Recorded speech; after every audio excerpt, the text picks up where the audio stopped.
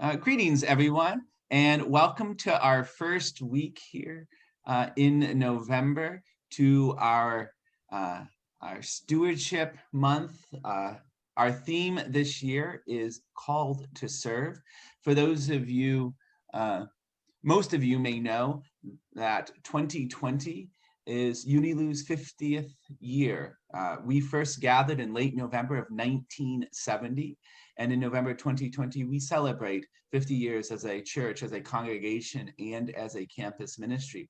And so over the next few weeks, we're going to be gathering together in conversations and by looking back and reflecting upon how University Lutheran has been called to serve over the last 50 years of ministry in University City as a congregation and as a campus ministry. And today I am joined here with Molly Buckland. Some of you may have had an opportunity to meet Molly, and we're just going to get started right in here. And Molly, would you introduce yourself to us and tell us when you attended University Lutheran, how you found us? Sure. So thank you. I am Molly, and I went to Penn from 2014 to 2018, and I started going to UniLu from pretty much the very beginning of my time there. And I think just probably a quick Google search of, Lutheran churches on campus brought me to UniLu, and I'm so grateful it did. In my first year, I believe Pastor Fritz, you came in my second year, and so I was fortunate to have 3 years with you during my time at Penn. UniLu was a huge part of my Penn experience and something that I'm very grateful for. Great. Well, thank you, Molly, for helping us out this morning and recording. I'm curious, with our theme being called to serve for our start beginning now in 2020, and it's going to be our theme through 2021. How are you called to serve in the world, Molly? How has UniLu helped you in your vocation of being a graduate student and researcher? Yeah, so during my time at Penn, I was a molecular and cell biology major, and I have since pursued a PhD degree in immunology at Yale. And I am called, to serve. I had an experience of research at Penn that really, changed my whole outlook and determined the trajectory for what I wanted to do. And that is to conduct research in immunology and eventually design immunotherapy someday. And so during my PhD now, especially during these, somewhat turbulent times, I have my regular thesis work, but I've also been doing a lot of work with COVID-19. And so that has been one way that I think I've been called to serve, especially during these times. And while at Penn specifically, I think UniLu was really a place where I could always find, peace and comfort and support during a very hectic week.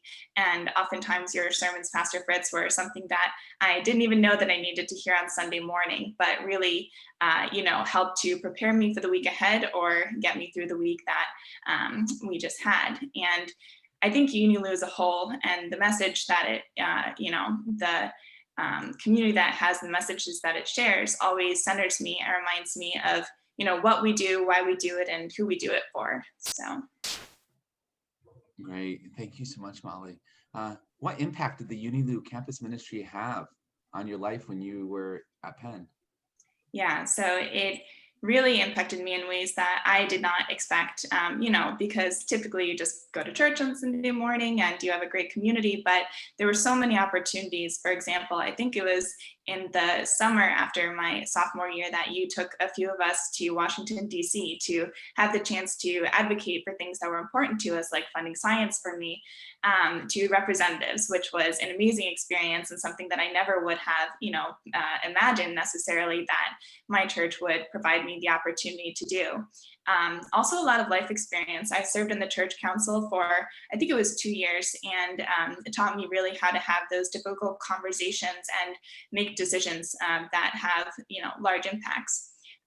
It also provided me with a student community through Wednesday night Bible study and dinners, which you were always so respectful of our time and understanding that, we have from 6 to 7 p.m. But that was a great way too to meet people not just at Penn, but from other local universities in the Philadelphia area. And I think another way too is that it allowed me on that note to connect with scientists who are also Christians, and have some really meaningful conversations and talk about the intersections between the two. Thank you so much for that. My last question this morning is, what are you most grateful for at UniLu? Yeah. As we enter into the period of November where we celebrate Thanksgiving, what are you most thankful for this November when you're thinking about the University Lutheran community and the impact that it has had on you? Yeah, I'm very grateful for the support that you said, like the community of UniLu has provided me during my time at Penn, but also now throughout the pandemic, I have returned to our services virtually, and it is definitely one silver lining of COVID-19 that I am incredibly grateful for.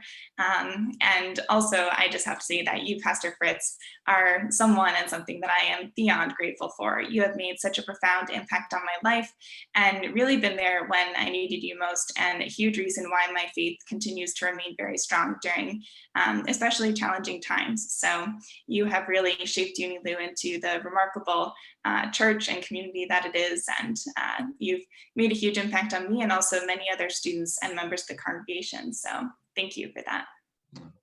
And thank you, Molly. It has been a joy and an honor and a pleasure and a blessing to serve with you and to partner with you. And I am glad that during the pandemic, perhaps one of the hidden blessings has been that you've been able to reconnect through our services that have been online.